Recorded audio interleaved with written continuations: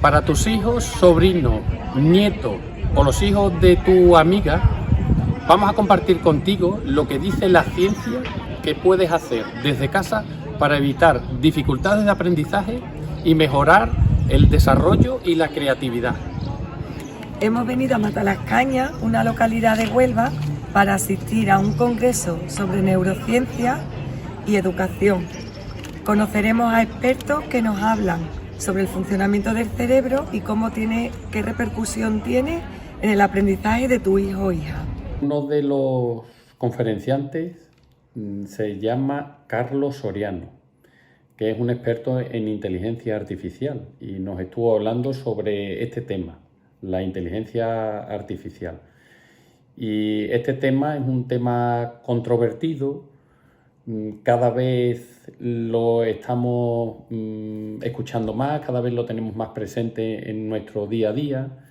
Unos están en contra, otros a favor, pero lo que está claro es que la inteligencia artificial ha venido para quedarse y nos decía, lo mejor es estar preparado, aprender, porque al final cada vez más estamos rodeados y en presencia de la inteligencia artificial.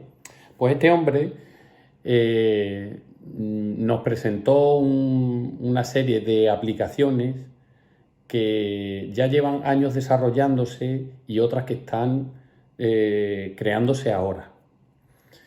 Hay aplicaciones, bueno, pues esto es si te gusta más o menos esta temática, ¿no? Pero algunas aplicaciones que nos mostró y nos quedaron sorprendidos a todos, ¿no? Subía, por ejemplo, una aplicación que subía una foto tuya y animaba la foto, creaba como una especie de vídeo. Otra aplicación bueno, tú le subes un vídeo tuyo hablando y lo que hace es generar otro vídeo exactamente igual, tuyo, pero hablando en el idioma que tú le selecciones. Os voy a poner ahora un ejemplo que hemos hecho nosotros. Bueno, nos resultó gracioso, ¿no? Se lo pusimos a nuestros hijos y al principio Soy yo. se quedaron sorprendidos.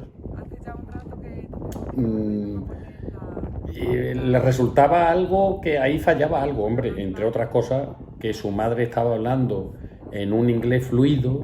Cuando yo no hablo ese inglés ellos fluido. saben que no. We've reached 2,000 meters and it's important to bring some warm clothing because as you go higher, you really start to feel the change in the weather. It's been a while since we had to put our sweatshirts back on and well, our hands are starting to get cold. You can really tell that we're getting close to the summit. En casa, recomendación que hacemos, bueno, pues lo primero es aceptar esta realidad. Si no, sería retrasar lo inevitable. Y una vez que aceptemos el tema de la inteligencia artificial es informarnos bien, formarnos y estar muy atentos con nuestros hijos. Otra ponente fue Isabel Prieto, que esta mujer es profesora en la Universidad Autónoma de Barcelona y es experta en el tema de la lectura y escritura. Ella dice que nacemos con la capacidad natural de hablar. Por ello, pues aprendemos a hablar por imitación de los adultos que nos rodean. Pero no ocurre lo mismo con el proceso de la lectura. El proceso de la lectura no es un proceso con el que nacemos naturalmente, por lo tanto tenemos que aprenderlo, pero sí que tiene su base en el lenguaje hablado. Es decir, que para aprender a leer hay que aprender a hablar primero. Y bueno, eso somos los adultos responsables de los niños los que tenemos que inculcarles poco a poco e ir ampliando ese vocabulario. Y decía que aquellos niños que tienen dificultades en el lenguaje o que tardan más tiempo de lo normal en aprender a hablar, son niños que luego tienen dificultades en la lectura, tanto en la decodificación como en la comprensión. Por tanto, es muy importante que desde casa trabajemos bien el lenguaje oral. Claro. Tenemos ahí en nuestro cerebro, pues hay un área específica donde se encuentra, según la neurociencia, una parte que se llama letterbox, que traducida al español quiere decir caja de letras. Y bien, pues para que este proceso lector vaya surgiendo y de manera cada vez más autónoma para ese niño o esa niña, tenemos que ir llenándolo de vocabulario. Y bueno, pues poco a poco ir ampliándolo. ¿Y cómo llenamos esta caja de letras de vocabulario? Pues os vamos a dar una serie de recomendaciones que podéis hacer desde casa o desde vuestras aulas. Primero, aclararos que un niño no aprende o digamos, una palabra no entra en esa letterbox hasta que no la ha visto al menos 6 veces, excepto aquellos casos de dislexia que sí que necesita verlas más de 6 veces. Hay que repetir más veces. Hay que repetirlas más a menudo. Y bueno, pues para extraer esas palabras os vamos a proponer, por ejemplo, las lecturas de cuentos, las canciones cantadas, pues las rimas. Le suele gustar mucho a los niños y a través de ahí tú puedes trabajar ese vocabulario. Extraes aquellas palabras nuevas para ellos, por ejemplo, te centras en 3 palabras y trabajas con esas 3 palabras. ¿Cómo puedes trabajar? Pues explica su significado, porque es muy importante que luego la puedan utilizar también en el contexto indicado. Entonces tú explicas el significado que tienen esa palabra. Una vez que has explicado el significado, pues la puedes escribir, que ellos la escriban debajo para que vaya también entrando, aparte de manera auditiva, visualmente. Ellos la escriben. Además, pues puedes ponerles vídeos relacionados con esa palabra y algo muy importante es que la relacionen con alguna anécdota de su vida real. Esto es una forma que además la proponía también Isabel Prieto para trabajar ese nuevo vocabulario. Y bueno, tenemos que tener en cuenta que no todos los niños están preparados al mismo tiempo para adquirir ese proceso lector, porque para estar preparado tiene que darse la mielinización en el cerebro, que la mielinización es el proceso mediante el cual se mejora la transmisión de los impulsos nerviosos de unas neuronas a otras. Y ella, pues, a través de la neurociencia daba 3 recomendaciones que las podemos hacer, por supuesto, desde casa, porque de hecho es la vida misma. Una buena alimentación, ¿vale? Que basada en lo más natural posible y evitar aquella alimentación muy azucarada y procesada. Un buen sueño. Hay que acostar a los niños temprano, que se vayan a la cama temprano, evitar pues que eso de acostarlos a las 11:30, a las 12 de la noche, porque tienen que tener sus horas de sueño, que luego en el aula, ¿verdad, Rafa? Luego lo notamos también. Eso lo notamos, llegan niños que cansados, se duermen, fatigados y que les cuesta trabajo atender. mantener la atención, sí.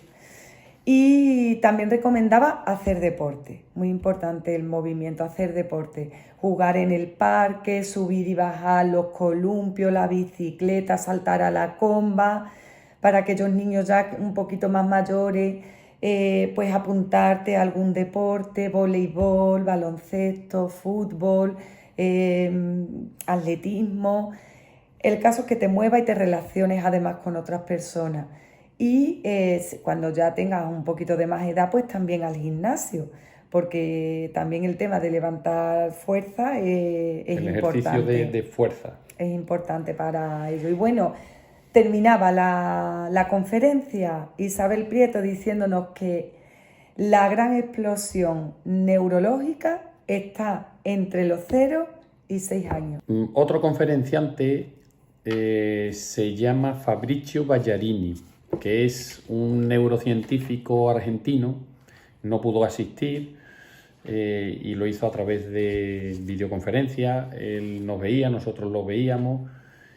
Y bueno, él trabaja allí en Argentina y hace investigación relacionada con el tema de la memoria, el aprendizaje, la creatividad. Luego hablaba de la sorpresa como un elemento necesario en el aprendizaje y en la memorización.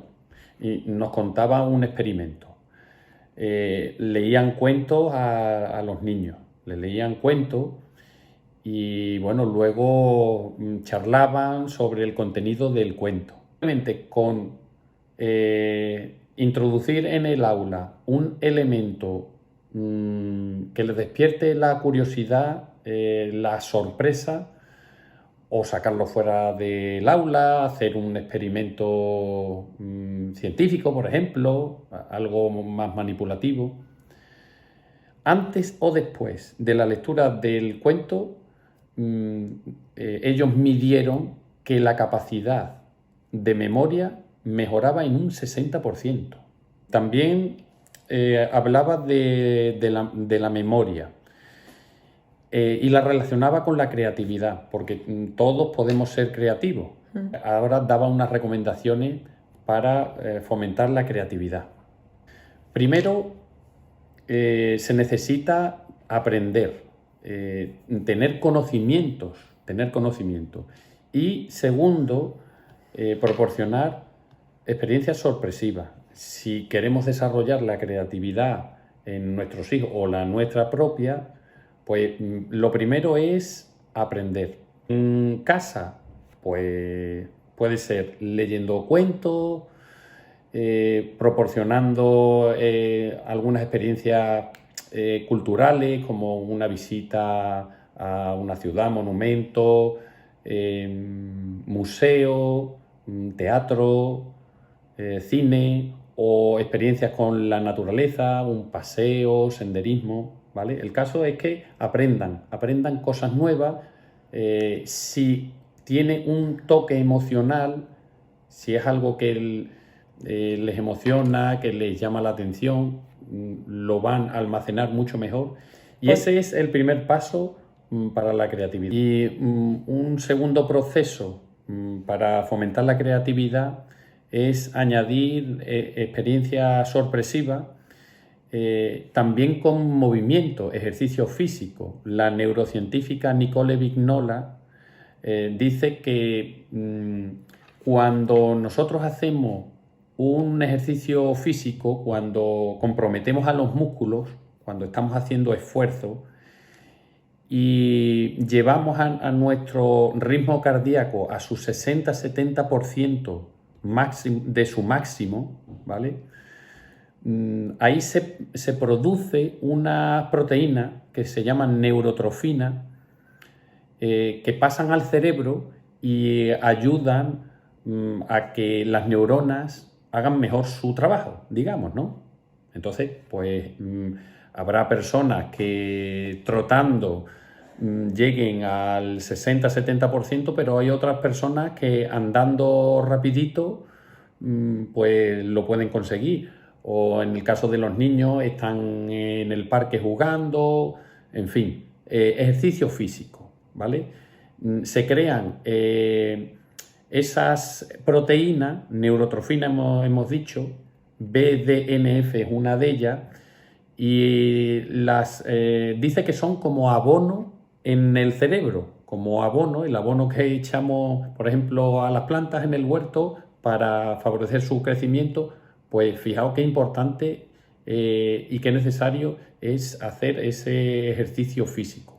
También hay otra neurotrofina que se llama irisina, que tiene efectos ansiolíticos, es decir, que reducen la ansiedad.